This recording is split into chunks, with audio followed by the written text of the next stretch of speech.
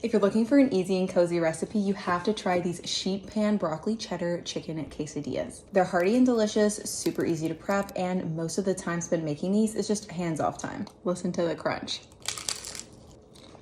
We're going to start by searing our vegan chicken on the stove. This is the brand I like to use, but you can use your favorite, or if you're not into the fake meat, you can also use chickpeas. I recommend searing the chicken in a cast iron for the best browning and cook it for a few minutes according to package instructions, adding a clove of crushed garlic for the last minute of cooking to add a little bit of extra garlic flavor in there. We're gonna set this aside to let it cool for a minute or two, and in the meantime, we can cut our broccoli. You're going to need about 3 cups of finely diced broccoli. I like to separate the florets from the stems, but we're also still gonna use the stems because you know what? You paid for them, you might as well use them, and I think they're nice and crunchy. Now we're gonna set this aside. We're gonna chop the chicken. I like to roughly chop this a little bit bigger than the broccoli, or you could even pulse it in your food processor if you wanted a little bit more of like a shredded chicken texture. Chicken is chopped, now it's time to assemble. Start by generously greasing your pan. You can spray it with a good amount of nonstick cooking spray. I just like to do a drizzle of oil, and then I'll use a pastry brush to sort of spread it around.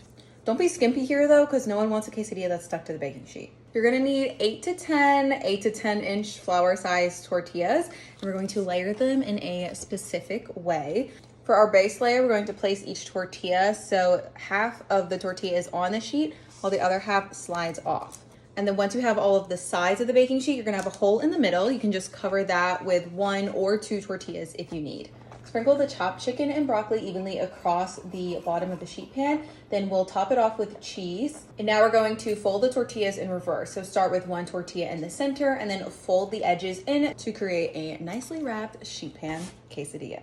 I want my quesadillas to be golden and crispy, so the last step here is to brush the top of your tortillas with a little bit of oil, or you could use cooking spray. Again, you just want to be generous here to make sure it crisps up really well. We're wrapped and ready to go, but the last step is actually to place your extra baking sheet on top. This is just going to press the tortillas down and make sure they're not going to lift weirdly in the oven when we bake this. After 20 minutes, you're going to remove the top baking sheet and bake in the top rack of the oven for another 3 to 5 minutes until it's your preferred level of golden.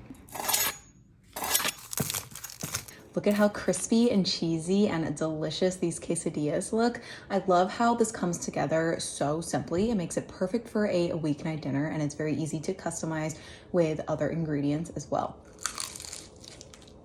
It's kind of like a grilled cheese, but with like chicken and broccoli, and instead of bread, it's a crispy tortilla. Definitely not traditional, but certainly very tasty. So I hope you guys try this one out.